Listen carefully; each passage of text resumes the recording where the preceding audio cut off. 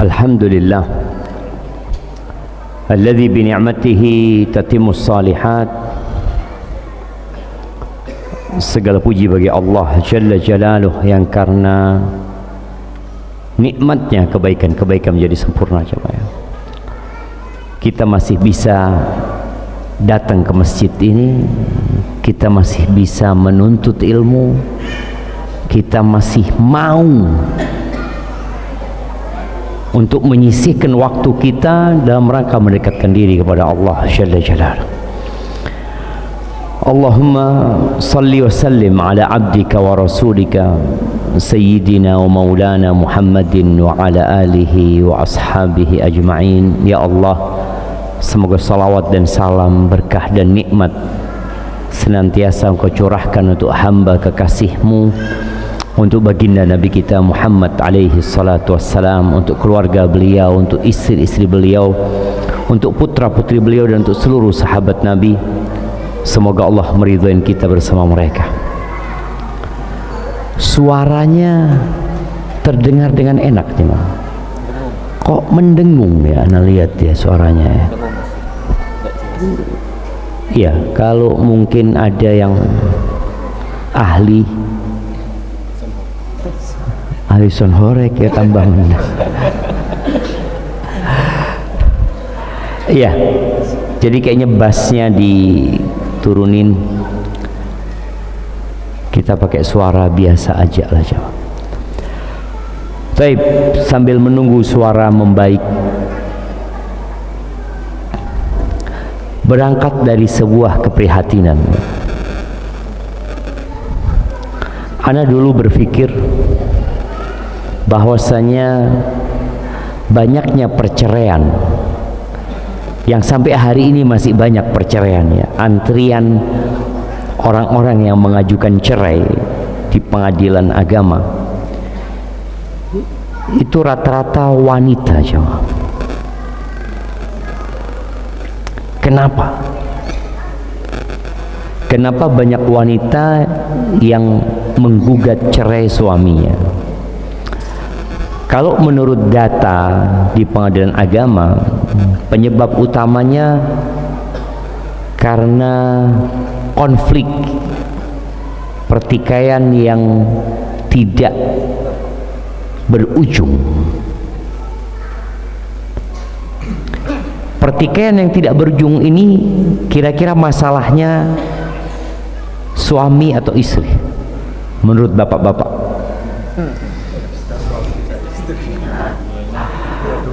Dua-duanya. Ya, boleh jadi dua-duanya. Karena memang seperti yang pernah disampaikan bahwa di negeri kita atau juga di negeri-negeri lainnya tidak ada mata pelajaran atau mata kuliah yang mempersiapkan anak-anak untuk menjadi suami atau istri. Nggak ada memang.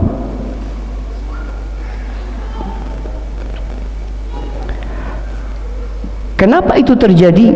Ya, salah satu penyebabnya gerakan feminisme, di mana anak-anak lahir, dibesarkan, dididik, disekolahkan untuk jadi pekerja.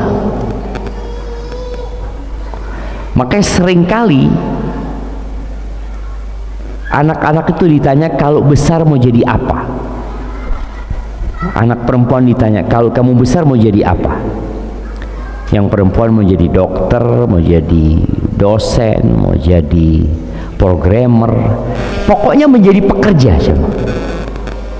Jadi dia memang dididik untuk menjadi pekerja di dunia industri yang diciptakan oleh kapitalis.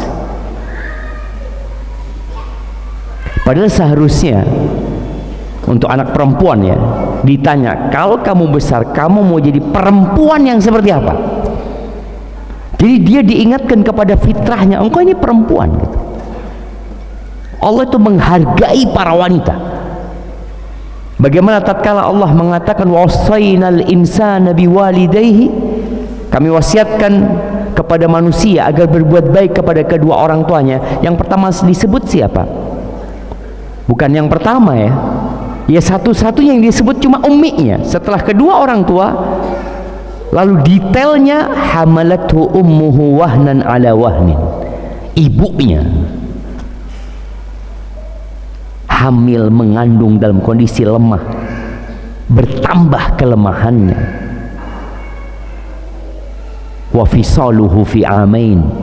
Kemudian dia akan menyapih ini anak setelah 2 tahun. Wasainal insana biwalidayhi ihsana hamalathu ummuhu kurhan wa wada'athu kurhan. Bagaimana seorang ibu ini hamil susah payah, melahirkan susah payah jemaah. Tapi sekarang dipandang oleh kaum feminisme bahwasanya nilai seorang wanita itu adalah kedudukan dia di ruang publik. Nilainya itu bukan dalam rumah. Jadi kalau perempuan ini di luar dapat gaji, punya jabatan, punya karir, punya usaha, baru dia bernilai. Dulu jemaah. Entah mungkin bapak-bapak yang sepuh ini mengalami, atau sebagian kita mungkin pernah merasakan dulu perempuan itu kalau nggak nikah dianggap gagal. Loh, nggak nikah, umur berapa ini belum kawin, itu dianggap oleh masyarakat gagal nih perempuan. Tapi sekarang kebalikannya, perempuan kalau hanya menjadi ibu rumah tangga dianggap wanita yang gagal. Cuma ibu rumah tangga, ya Allah, dianggap tidak bernilai. Maka munculnya tadi wanita-wanita yang mengajukan cerai karena memang dia tidak dipersiapkan untuk menjadi istri. Dia disiapkan untuk menjadi pekerja yang menghasilkan uang, yang berdampak kepada laki-laki ini. Laki-lakinya akhirnya malas bekerja karena dia melihat istrinya kerja, dia kerja, siapa yang ngurus anak-anak? Karena juga laki-laki tidak disiapkan untuk menjadi suami. Sampai di pondok, siapa yang lulusan pondok ini? Banyak nih lulusan pondok ini. Ini lulusan pondok, lulusan ma'had. Ada mata pelajaran itu untuk menjadi seorang suami. Mungkin mereka ada membahas tentang bab isyratin nisa, bab tentang bagaimana bergaul dengan wanita gitu.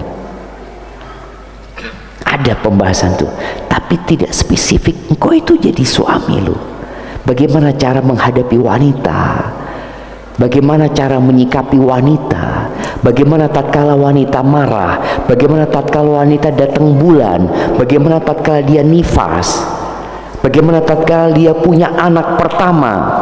Ada istilah apa? Baby blues. Ada banyak kondisi siapa. Dan yang wanita juga dipersiapkan bagaimana engkau menghadapi suami kalau marah, apa yang harus engkau lakukan. Tapi ala kulli hal kemudian muncul buku ini khusus buat laki-laki karena banyak wanita berpendapat bahwa kajian-kajian itu hanya tertuju kepada kaum wanita agar dia taat, patuh, menghormati suaminya, mematuhi suaminya, menghargai suaminya. Loh, kapan laki-laki itu dididik untuk menjadi suami yang sejati? Akhirnya muncullah buku ini. Andai tidak menikah dengannya. Banyak wanita yang salah memilih suami. Mudah-mudahan tidak ada salah satunya di sini ya, ya. Yang lihat, ya Allah kayak gini suamiku, kalau tahu aku dulu nggak mau aku gitu kan. Tapi sudah qadarullah wa masya'a fa'al, dan kita nggak boleh mengatakan andai kata gitu jamaah, kan udah takdir Allah subhanahu wa ta'ala. Tapi kalau dilihat pembahasannya, ada pembahasan tentang perhiasan terindah ya. Kita tuh butuh sama wanita jemaah. Jadi dunia tanpa wanita itu seperti malam tanpa bintang. Rumah yang besar, yang mewah, yang indah, tanpa adanya istri di dalamnya, dia seperti kuburannya. Maka ada seorang laki-laki yang sok setia. Anak katakan sok setia karena kadang-kadang memahami kesetiaan salah ya. Ketika istrinya meninggal dunia, dia mengatakan, nggak mungkin saya menikah lagi, terlalu cinta sama istri saya. Ini di Surabaya jemaah. Setelah 6 bulan kira-kira, dia ngomong, dan Nana kalau nggak kawin, kata dia. Dia bisa gila aneh kalau anak nggak nikah, kata dia. Bagaimana Abdullah bin Mas'ud mengatakan, lau baqiya min umri, kalau tersisa dari umurku 10 hari dan aku tidak punya istri, la tazawwajtu, aku akan nikah gitu. Jadi umurnya tinggal 10 hari nggak punya istri, harus nikah. Dan ini juga peringatan buat anak-anak ya. Kadangkala ibunya meninggal dunia, bapaknya ini mau nikah lagi nggak boleh sama anaknya. Ada kejadian orang Surabaya juga, orang Sidoarjo, dia berangkat umroh sama anak waktu itu. Subhanallah, di kota Madinah hilang orangnya, lebih 24 jam nggak pulang. Sudah sepuh tapi dia sehat, dia pensiunan. Setelah ketahuan, akhirnya anak ajak ngobrol. Waktu anak ngobrol, anak ngomong sama dia, Pak, bapak ini harus nikah. Anak ngomong gitu. Apa kata dia? Betul Ustaz, kata dia. Saya ini sudah 10 tahun menduda Ustaz, dan saya alhamdulillah punya penghasilan. Saya mau nikah sama anak perempuan saya nggak boleh Ustaz. Ini ada anak-anak yang durhaka sama orang tuanya, karena dianggap kalau bapaknya menikah tidak setia sama ibunya. Loh, masih ada ibunya boleh nikah? Loh iya jamaah, ada secara hukum syariat masih ada ibunya, dia boleh nikah, dan itu tidak dikatakan berkhianat dengan ibunya, enggak gitu. Apalagi ibunya sudah meninggal dunia. Jadi kadang-kadang kita kurang memahami hal itu. Nggak bisa, kita itu sudah ditakdirkan sakinah itu ada di istri. Makanya hukum nikah buat laki-laki dan buat wanita berbeda, nggak sama hukumnya. Kalau perempuan merasa dia nggak butuh sama suami, ya udah, dia nggak harus nikah. Tapi kalau laki-laki tetap dianjurkan untuk menikah dia jam. Tapi kemudian bagaimana pernikahan itu menyempurnakan separuh agama kita ya.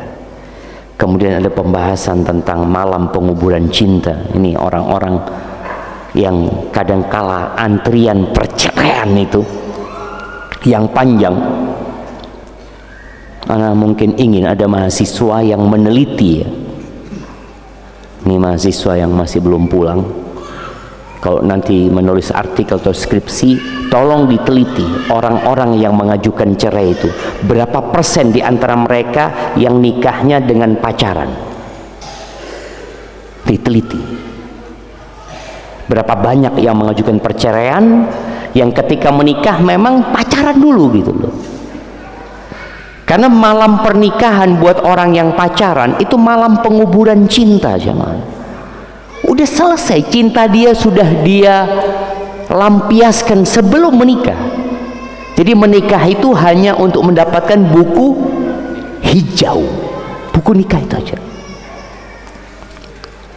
Seperti cerita di Purworejo yang anak pernah datang ke sana, yang pamannya cerita, Ustaz, anak punya keponakan cerai Ustaz, kata dia, pacaran 6 tahun Ustaz, sejak SMA sampai lulus kuliah. Kan banyak orang tua itu melarang anaknya menikah karena masih kuliah. Jangan, nanti ini pacaran nggak apa-apa. Iya, kita lihat di masyarakat umum ini Ketika anak itu mau menikah saat kuliah dilarang, tapi pacaran dibiarkan oleh orang tuanya. Ini masuk pembahasan kita nanti tentang bagaimana menggandeng istri kita, membawa keluarga kita menuju ke surga Allah Subhanahu wa taala. Dia dibiarkan sama orang tuanya. Setelah kuliah baru nikah. Nikah aja, 6 hari cerai. Bayangin ya, 6 tahun pacaran, umur pernikahannya hanya 6 hari. Dan ada salah satu artis, Anda baca beritanya, umur pernikahannya hanya 50 jam, padahal pacarannya bertahun-tahun. Nikah, karena kalau bicara nikah, di situ ada hak dan ada kewajiban.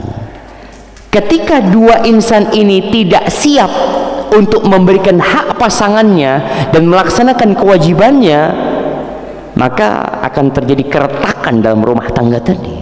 Ketika pacaran tidak ada hak, tidak ada kewajiban, nggak ada, mau dia. Tapi menikah, lo enggak, engkau wajib kasih nafkah buat aku, dan istri engkau wajib taat dan nurut sama aku. Ketika masih pacar, dia keluar nggak harus izin sama pacarnya, tapi menikah harus izin. Akhirnya ribut nih, cerai. Hanya 50 jam umur pernikahannya. Na'udzubillah min dzalik. Maka tadi harapan kalau ada mahasiswa yang ingin nulis skripsi atau nulis artikel, coba diteliti di Jember saja, nggak usah jauh-jauh. Antrian panjang di pengadilan agama itu, berapa persen dari mereka yang mengajukan perceraian yang dulu waktu menikah dengan jalan pacaran.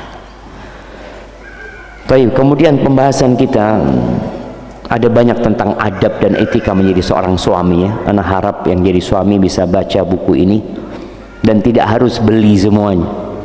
Yang mau nikah beli, setelah dia pelajari temannya mau nikah, baca. Nanti kalau ada teman antum nikah, baca lagi. Karena ada orang beli buku tapi nggak dibaca. Kalau datang ke rumahnya, lihat perpustakaan anak. Insya Allah. Allah menyebutkan tentang orang-orang Yahudi, mathalul ladzina hummilut taurata thumma lam yahmiluha kamathalil himar yahmilu asfara. Permisalan untuk orang-orang Yahudi yang diberikan kepada mereka Taurat, lalu mereka tidak mengamalkannya, tidak memikulnya untuk menjalankannya, seperti keledai yang bawa kitab banyak. Apa gunanya? Bicara tugas terbesar menjadi seorang suami ya, adalah menggandeng tangan istrinya menuju ke pintu surga. Yang jadi masalah, kalau antum gandeng tangan istri antum menuju ke pelaminan, itu banyak kamera. Oh masya Allah, ganteng pengantene, ayu bojone. Bukan itu. Pesta semalam itu ya hanya bersenang-senang, memang walimah. Tapi perjalanan yang sebenarnya dalam pernikahan itu adalah bagaimana menggandeng istri antum menuju ke pintu surga Allah Subhanahu wa taala. Setelah akad nikah dilangsungkan, berpindahlah tanggung jawab dari kedua orang tuanya ke tanganmu, tangan suami. Jadi yang awalnya bakal ditanya sama Allah bapak ibunya, setelah antum gabil tuh pindah ke antum. Bahkan surga dan nerakanya pun berada di tanganmu. Sahih. Surga dan nerakanya istri itu ada di tangan suami. Ini Anda berharap para wanita mendengar hal ini, mendengar dan mengamalkannya. Ketika dia memandang kepada suaminya, ini loh surgaku atau ini nerakaku. Suaminya pulang kerja, coba dilihat-lihat, kayak gini surga dan nerakaku. Betul, itu surgamu atau nerakaku, kata Nabi SAW. Ya, istri memiliki kewajiban yang besar terhadap dirimu. Apabila ia tidak menjalankannya, ancaman neraka baginya. Tapi begitu pula sebaliknya. Jadi bicara hak dan kewajiban ini ya sama. Allah Azza wa Jalla mengatakan walahunna mithlul ladzi 'alaihinna bil ma'ruf walirrijali 'alaihinna darajah. Dan istri-istri kalian itu memiliki hak yang sepadan dengan kewajibannya. Lelaki punya satu lebih di atas wanita. Al-Husain bin Mihsan menceritakan bahwa bibinya pernah datang kepada Nabi SAW ya karena ada satu keperluan. Setelah selesai perempuan ini curhat sama Nabi SAW, Nabi balik bertanya, dan ini pentingnya bagi kita untuk menghargai orang yang bertanya. Biarkan dia selesai dari pertanyaannya, biarkan dia selesai dari hajatnya. Setelah itu kalau antum mau tanya, monggo tanya. Itu Nabi alaihissalam. Kita harus belajar mendengar sebagaimana belajar berbicara. Setelah selesai, baru Nabi bertanya sallallahu alaihi wasallam, "Adzatu zaujin anti?" Engkau punya suami? Qalat na'am Rasulullah, aku punya suami. Kaifa anti lahu? Gimana sikapmu kepada suamimu? Qalat ma aluhu illa ma ajaztu anhu. Aku enggak pernah menyia-nyiakan dia, tidak pernah meninggalkan kewajibanku terhadap dia kecuali yang aku enggak mampu. Ini jawaban kadang-kala basa-basi dari banyak wanita. Kalau bahasa Jawanya, wis tak kena no bojoku, wis tak kena. Apakah Nabi SAW menerima ungkapan wanita ini? Enggak. Nabi SAW mengatakan, fanduri aina anti minhu. Perhatikan ya, bagaimana sikapmu kepada suamimu. Fa innama huwa jannatuki wa naruki. Suamimu itu surgamu atau nerakamu. Maka wanita nggak boleh main-main sama suaminya. Bagaimana dia wajib untuk menghargai, menghormati dan memuliakan suaminya. Besar kedudukan suami, tetapi sejajar lurus dengan besarnya kedudukanmu, kau pun akan dimintain pertanggungjawaban di hadapan Allah tentang dirinya.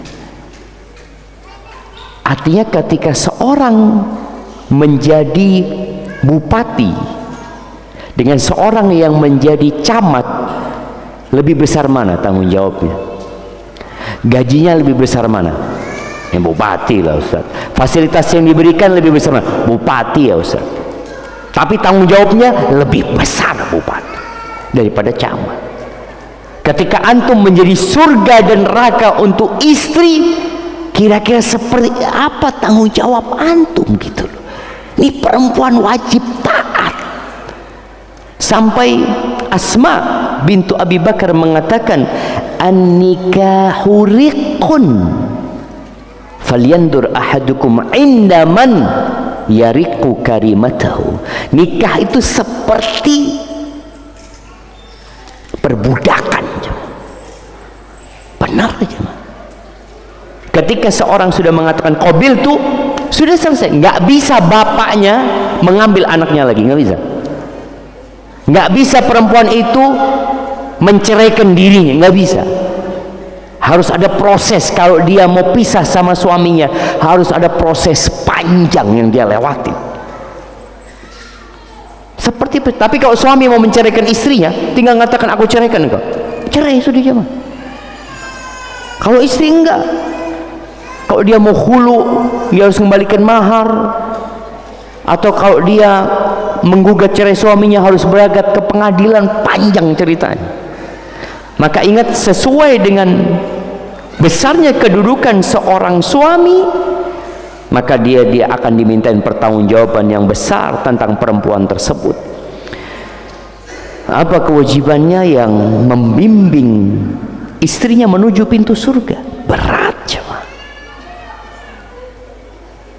jalan menuju surga itu terjal.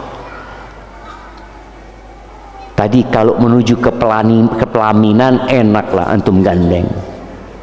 Kalau bulan madu berangkat ke villa kemana, enak menggandeng istri. Istrinya senang digandeng sama suaminya ke tuku emas. Antum kau gandeng istri, dek tuku emas ya, bismillah bang, langsung itu. Tapi dek ke surga nanti lah mas. Karena tahu ketika digandeng menuju surga berarti digandeng untuk menuju ke jalan yang penuh dengan rintangan dan tantangan. Ngos-ngosan ke surga. Huffatil jannatu bil makari. Surga itu dikelilingi dengan perkara-perkara yang dibenci oleh jiwa, nggak suka jemaah. Nah itu tantangannya di sini. Jadi kalau menggandeng istri ke toko emas, adakah istri yang menolak? Jarang. Kayaknya nggak ada lah jemaah. Kalau ada, enggak bang, aku nggak suka sama emas. Itu sudah fitrahnya manusia. Makanya pakai emas itu haram buat laki-laki dan halal buat perempuan. Karena memang fitrahnya di sana. Gitu. Tapi kalau istri gandeng suaminya ke toko emas, banyak yang nggak mau. Jadi kalau istri yang gandeng suaminya, bang, ayo bang, waduh, berat bagi dia. Dan para suami jangan berharap masuk surga bila engkau gagal mempertanggungjawabkan istrimu. Mereka akan menggandolimu dan menyeretmu ke dalam neraka. Rasulullah SAW mengatakan, ala kullukum ra'in wa kullukum mas'ulun an ra'iyatih. Ketahuilah setiap kalian adalah pemimpin dan akan dimintain pertanggungjawaban atas apa yang dia pimpin. Warrajulu ra'in ala ahli baitihi. Dan seorang suami itu adalah pemimpin bagi keluarganya, wa huwa mas'ulun an ra'iyatihi wa huwa mas'ulun anhum. Dia akan ditanya tentang keluarga yang dia pimpin ya, dan kalau bicara pertanyaan pada hari kiamat itu detail aja. Allah mengatakan faman ya'mal mithqala dzarratin khairan yarah. Barang siapa yang beramal kebajikan seberat semut kecil dari kebaikan, dia akan mendapatkan. Wa man ya'mal mithqala dzarratin syarran yarah. Yang berbuat keburukan seberat semut yang kecil itu, dia akan mendapatkan balasannya. Kalau nggak ingin ditanya, atau nggak ingin ditanya jamaah, maka masuklah surga tanpa hisab, tanpa azab. Selesai. Tapi bawa istri antum. Apakah mungkin seorang suami masuk surga tanpa hisab, tanpa azab, sedangkan dia belum melaksanakan tugasnya sebagai suami menggandeng istrinya ke surga? Nggak bisa. Antum akan dimintain pertanggungjawaban. Tapi kalau seorang suami, masya Allah ya, bisa melakukan itu, insya Allah istrinya juga masuk surga tanpa hisab, tanpa azab ya. Kemudian tanpa ada satupun yang luput dari perbuatanmu terhadap istrimu akan dihisab. Maka jagalah istrimu dari api neraka. Dengan cara apa? Dengan cara membimbingnya kepada kebaikan, mengajarkan kepadanya hukum-hukum Allah Azza wa Jalla. Antum pernah nggak duduk sama istri antum menjelaskan tentang hukum-hukum Allah kepada dia? Bentar lagi kita akan baca bagaimana Rasulullah SAW di rumahnya menyelamatkan istri-istrinya dari api neraka, mengenalkan kepadanya Sang Pencipta yang harus dipatuhi perintahnya dan dijauhi larangan. Artinya bagaimana menjadikan istrinya wanita yang bertakwa. Itu tugas suami. Kalau engkau nggak mau mengambil tugas ini, ya jangan menikah. Ini hal yang berat jemaah. Makanya para sahabat dulu ada yang ingin tabattul. Mereka ingin membujang sampai mati. Kalau diperbolehkan maka mereka akan mengebiri diri mereka. Cuma nggak boleh. Karena dalam pernikahan ini ada banyak maslahat dan manfaat. Di surat At-Taghabun ayat 6 Allah Azza wa Jalla berfirman, ya ayyuhalladzina amanu qu anfusakum wa ahlikum nara. Wahai orang-orang yang beriman, peliharalah dirimu dan keluargamu dari api neraka. Waquduhan nas wal hijarah. Yang bahan bakarnya adalah manusia dan batu bara aja. Bahan bakarnya itu batu bara. Manusia jadi bahan bakar dan batu bara menjadi bahan bakarnya neraka. Alaiha malaikatun ghiladun syidad. Jadi penjara itu tidak seperti neraka, itu tidak seperti penjara-penjara yang ada di dunia.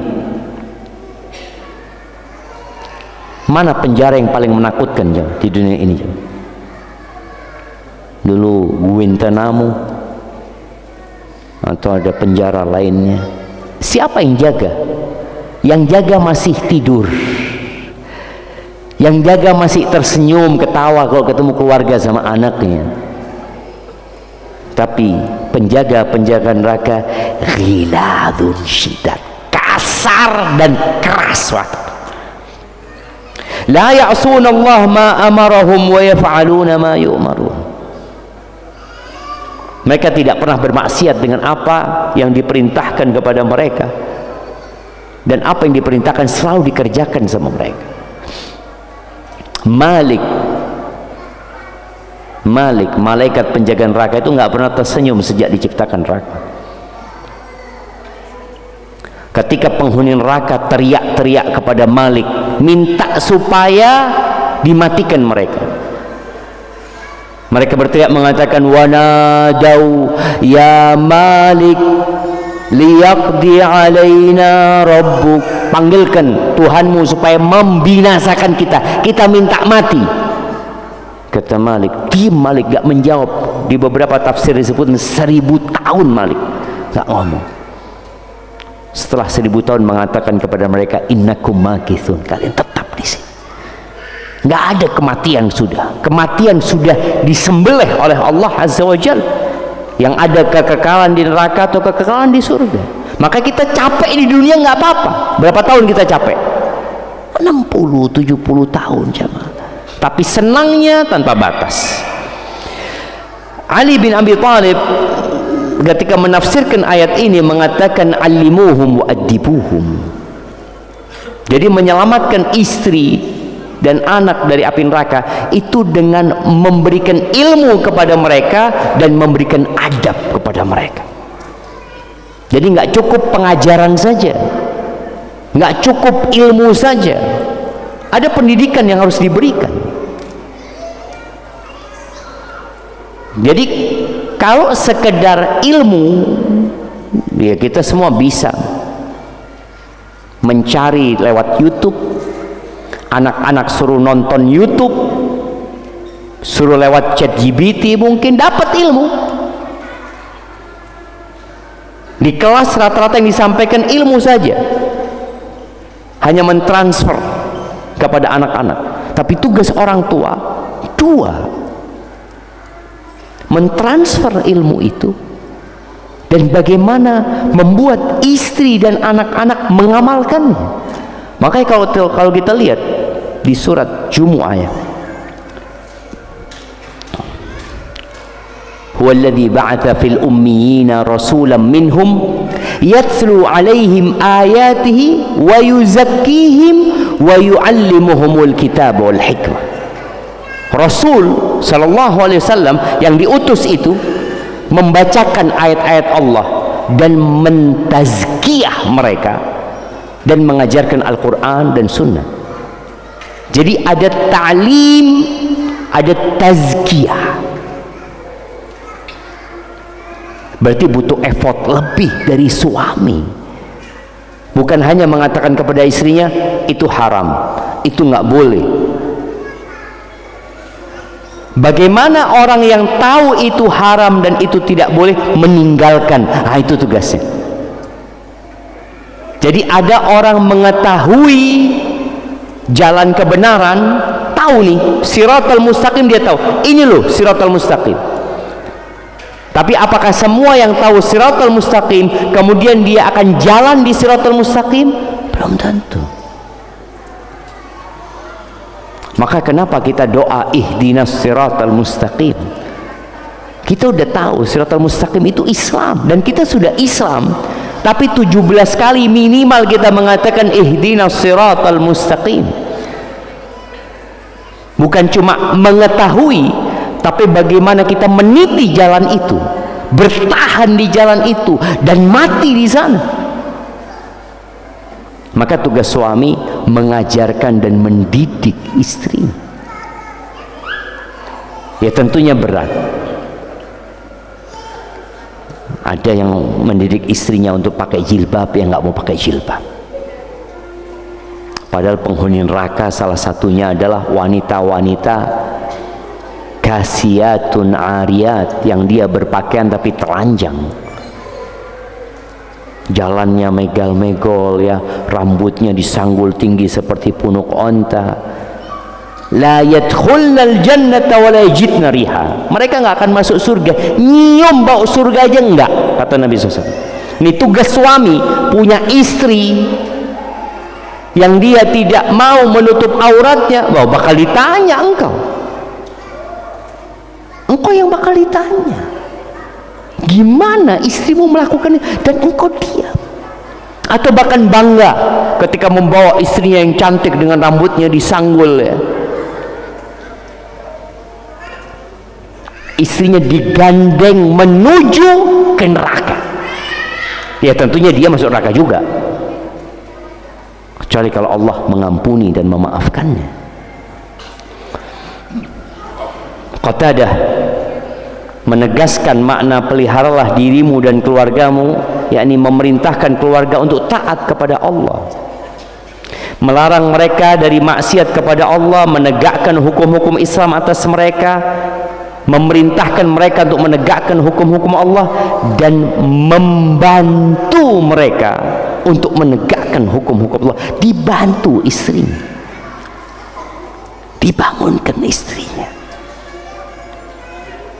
diingatkan dengan ditelepon ketika di tempat kerja, Dek, jangan lupa sholat zuhur. Dibantu. Tanya istrinya, engkau punya utang puasa berapa banyak? Aman lah bang. Aman gimana? Udah lunas belum? Ya belum, tapi kan Allah maha pengampun bang. Waduh, ini tugas antum. Ada orang menjadikan luasnya ampunan Allah sebagai pintu bermaksiat, padahal seharusnya ketika dia mengetahui luasnya ampunan Allah sebagai pintu apa? Taubat.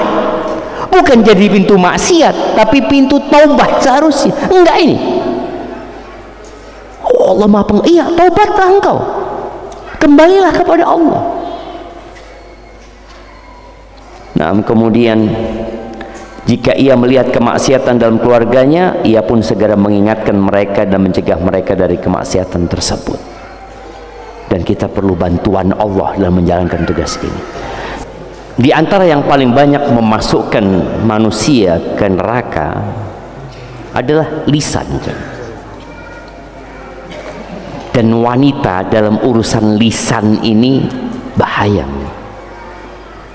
Makanya sampai Allah Azza wa Jalla di surat Al-Hujurat ayat 11 itu, Allah mengatakan, ya ayyuhalladzina amanu la yaskhar qaumun min qaumin asa ayyakunu khair minhum. Kata Allah, wahai orang-orang beriman, janganlah suatu kaum mengejek, merendahkan kaum yang lainnya. Boleh jadi yang diejek, yang dijelek-jelekan, yang diremehkan lebih baik daripada yang merendahkan dia.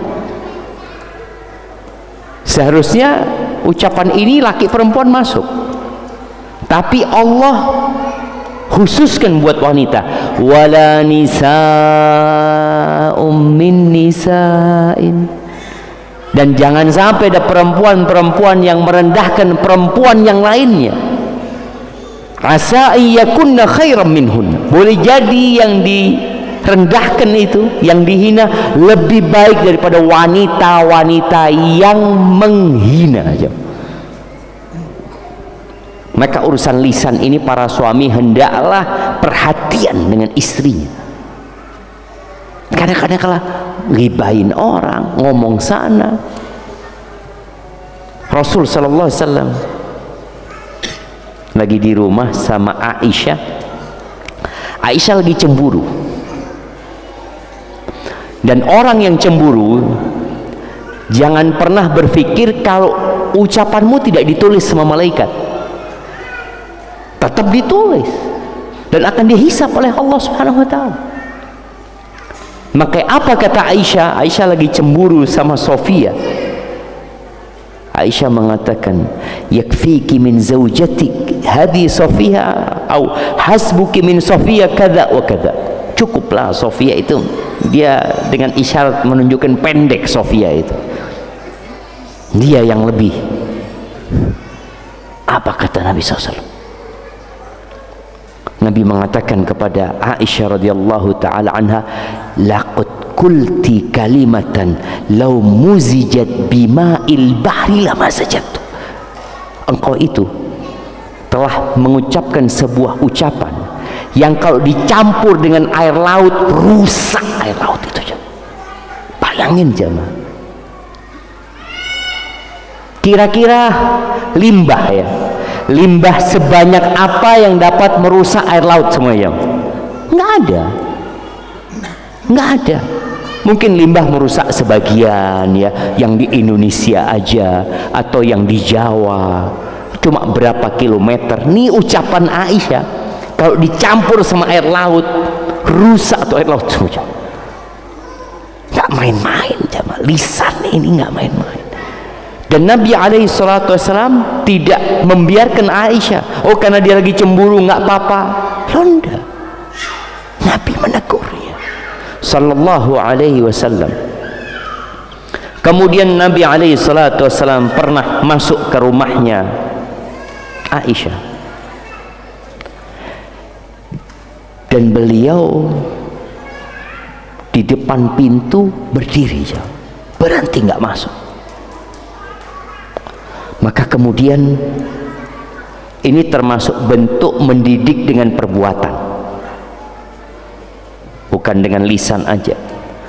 Karena dilihat Nabi nggak masuk ke rumahnya Aisyah, padahal Aisyah cinta sama Nabi dan ingin Nabi berada di rumahnya. Nabi juga cinta sama Aisyah. Faqultu ya Rasulullah, atubu ilallah wa ila rasulihi madza adznabtu. Aku tobat kepada Allah dan kepada Rasulnya, ini minta maaf aku, apa kesalahanku? Aisyah nggak tahu, tapi yang jelas dia salah. Maka dia langsung bertobat. Ini seperti yang sudah kita bahas berulang kali, kalau minta maaf jangan ngomong aku minta maaf ya kalau salah, jangan.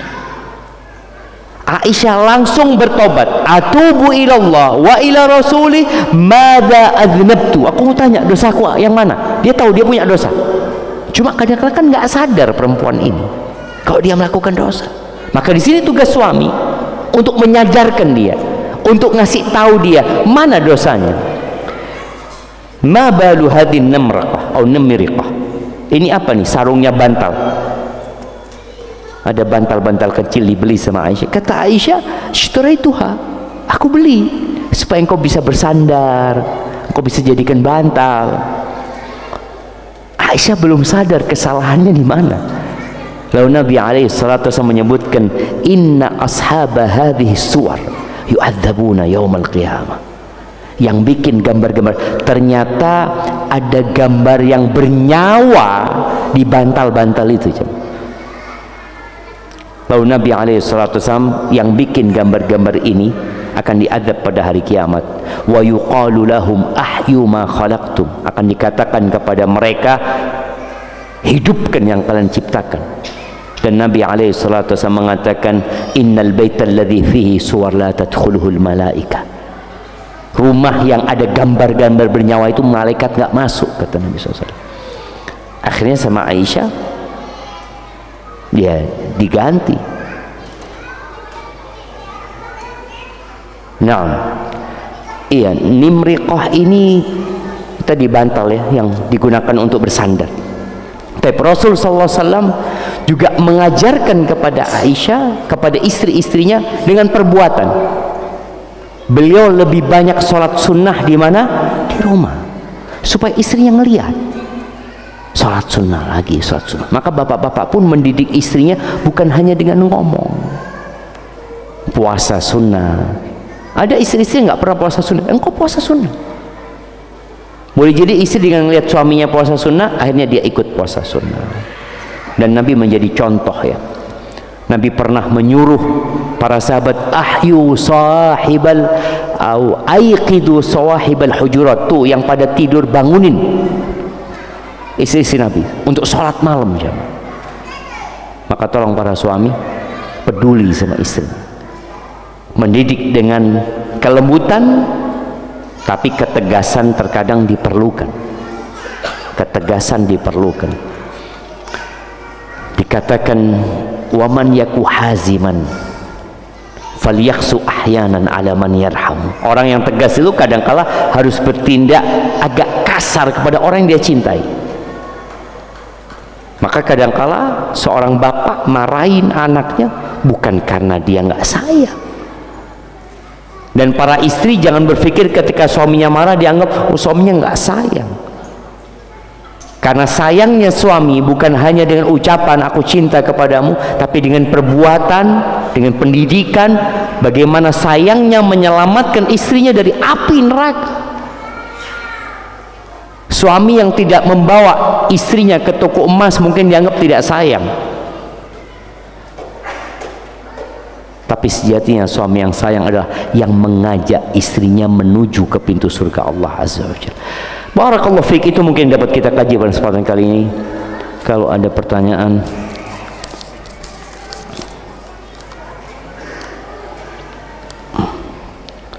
Assalamualaikum Ustaz. Waalaikumsalam. Katanya jika pasangan suami istri, si suami wafat dulu dan istri menikah lagi dengan pria lain, maka di surga mantan suami tidak bisa bertemu dengan istrinya. Bolehkah suami berpesan kepada istri untuk tidak menikah lagi? Iya, jadi memang pendapat yang lebih benar ya. Ada dua pendapat di sini berkaitan dengan istri yang suaminya meninggal dunia, kemudian dia menikah lagi. Pendapat yang lebih kuat itu dia akan bersama suaminya yang terakhir. Makanya kenapa nggak boleh istri-istri Nabi menikah setelah Nabi meninggal dunia. Ada pendapat kedua dan itu pendapat yang lemah, istri boleh milih nanti pada hari kiamat, tapi yang sahih dia bersama suaminya yang terakhir. Abu Darda radhiyallahu taala anhu ketika mau meninggal dunia, istrinya ngomong, nih ya, kita lihat bagaimana rumah tangga dibina sampai surga. Istrinya ngomong sama suaminya, ya Abu Darda, aku ingin bersamamu di surga. Dia yakin surga itu ada dan dia ingin masuk surga bersama suaminya. Apa pesan Abu Darda? Idzan la tankihi ba'di. Kalau gitu engkau jangan nikah lagi setelah aku meninggal dunia. Jadi kalau sang suami pesan sama istrinya untuk tidak menikah lagi, ya boleh saja. Tapi kalau di tengah jalan ada yang melamar kemudian lupa sama antum, ya selesai. Iya, artinya bukan wajib suami untuk mentaati, istri nggak wajib mentaati pesan suaminya. Yaitu hanya sebuah ya omongan, ya iyalah, insya Allah aku nggak nikah lagi lah. Tapi boleh jadi dia butuh suami. Setelah berjalan 1 tahun, 3 tahun ya, kemudian dia merasa nggak ada yang memberikan nafkah, lalu datang laki-laki soleh yang melamar dirinya, lupa sama suaminya jemaah. Makanya kita itu harus mempersiapkan diri untuk masuk surga Allah SWT sebelum meninggal dunia, dengan harapan ya istri kita, kalau antum nggak ketemu istri antum, dikasih ganti yang lebih baik nanti kalau antum masuk surga jemaah. Mudah-mudahan masuk surga jemaah, mudah-mudahan masuk surga. Ustadz, mohon pencerahannya Ustadz. Saya anak tunggal 36 tahun dari pasangan ayah dan ibu saya. Usia ayah 70 tahun, ibu 63. Ibu saya adalah istri kedua. Yang saya tahu, ayah saya tidak pernah menginap di rumah kami. Ayah cuma datang beberapa jam saja dan memberi uang ke ibu saya. Hingga 5 tahun lebih sampai kini ayah kami sakit dan tidak lagi memberi nafkah. Dan ibu saya sudah beberapa kali minta cerai tapi tidak digubris. Pertanyaan kami, apakah otomatis ibu saya boleh menikah dengan orang lain? Masya Allah jemaah, ibunya umur 63 tahun jemaah. Tuh lihat, masih mau nikah jemaah. Catatan, ibu menikah secara agama saja Ustaz. Afwan Ustaz, jika boleh anak ingin konsul langsung, insya Allah. Oh, ini dari ta'awun, teman-teman ta'awun ya, mungkin nanti dicarikan waktu untuk konsultasi. Tapi yang jelas berkaitan dengan yang diceritakan tadi sudah disinggung, nggak bisa pernikahan itu lepas otomatis dari perempuan, nggak bisa.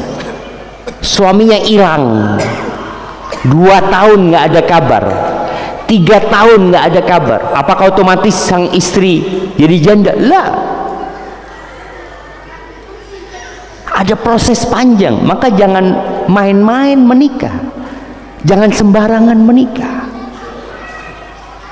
Ada perempuan yang menikah, kadangkala ada orang dari luar kota tahu-tahu menikah di Jember. Dia nikah, setelah 2-3 bulan pergi suaminya, nggak balik-balik. Apakah otomatis cerai? Tidak, ada proses hukum yang harus dijalanin ke pengadilan ya. Maka kalau ini suaminya tidak mau menceraikan atau tidak digubris, sejatinya sang suami berdosa. Apa dosanya? Tidak memberikan nafkah. Dan istrinya mau cerai juga dia tidak pedulikan. Maka nasihat ana, hendaklah mengirim mediator dari ustadz atau apa untuk ngasih penjelasan. Bapak ini daripada terus berdosa menggantung istrinya tapi tidak memberikan nafkah kepada istrinya, dan juga dia tidak menceraikan. Makanya Nabi alaihi salatu wassalam ketika ada seorang perempuan yang mengatakan kepada Nabi SAW, ya Rasulullah, aku udah nggak bisa hidup sama Thabit, nggak tahan dia hidup sama Thabit. Nabi tidak memperpanjang sallallahu alaihi wasallam masalahnya. Nabi cuma ngomong, engkau kembalikan kebunnya, maharnya dia. Kata, iya ya Rasul, ya sudah, dipanggil suaminya, pisahkan sudah. Dan Allah menyayangi ya orang-orang yang mudah kalau bermuamalah, tidak ruwet. Ada sebagian orang itu kalau ditanya mana kupingnya, ini kupingnya, itu melihat ada.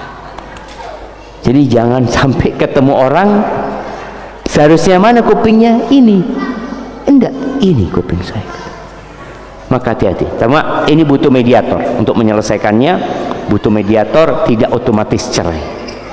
Maka datang, kalau memang mau khulu ya khulu dulu, maharnya apa kembalikan sudah, supaya sang suami tidak terus menanggung dosa dan sang istri juga tidak berdosa juga ya. Sebenarnya istri itu tidak berdosa ketika dia tidak melayani suaminya, dia nggak dosa karena sang suami tidak memberikan nafkah gitu. Tapi boleh jadi sang istri, loh aku ingin cari suami yang kasih nafkah sama aku, ya solusinya adalah gugat cerai.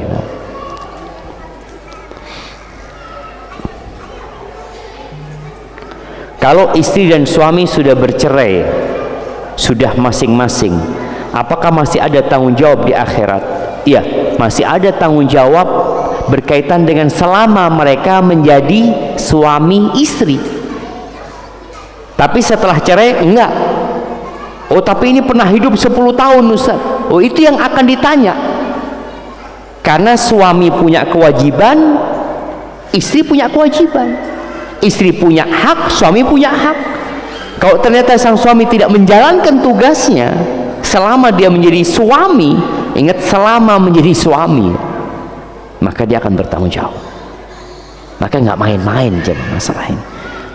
Maka tolong, kalau memang sang suami sudah cerai, ya dia minta maaf sama istrinya. Allah Subhanahu wa taala mengatakan, fa imsakun bima'rufin aw tasrihum bi ihsan. Kalau mau melanjut rumah tangganya baik-baik, mau pisah baik-baik, sampaikan, sudah ya, aku minta maaf, banyak kesalahanku kepadamu, dan sang istri, aku juga minta maaf, sudah kita pisah baik-baik, sama-sama ikhlas sudah dengan apa yang pernah terjadi sebelumnya. Ini berkaitan dengan hak suami dan hak istri. Kalau yang berkaitan dengan hak Allah Subhanahu wa taala, maka hendaklah sang suami bertobat kepada Allah. Aku dulu nggak ngajarin istriku, Ustaz. Aku dulu nggak nyuruh dia sholat. Aku dulu nggak nyuruh dia pakai jilbab. Aku dulu aja banyak. Walaupun sudah cerai nih, berarti itu dosanya dengan siapa? Dengan Allah Subhanahu wa taala. Maka hendaklah dia bertobat.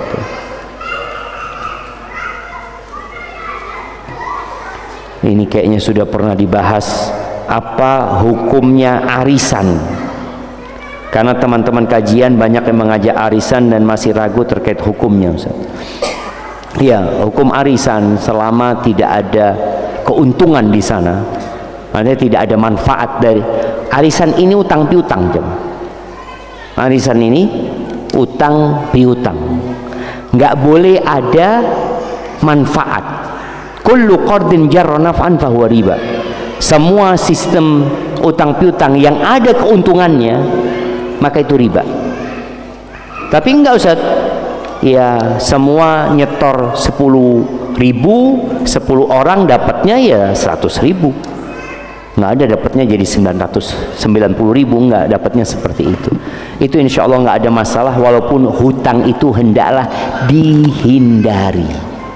Yang dapat pertama utang 10 bulan, yang dapat terakhir nabung dia sebenarnya, tapi itu akadnya adalah akad utang piutang, ya. Baik, insyaallah itu yang dapat kita kaji pada kesempatan kali ini, yang benar dari Allah Azza wa Jalla, yang salah dari diri ana pribadi.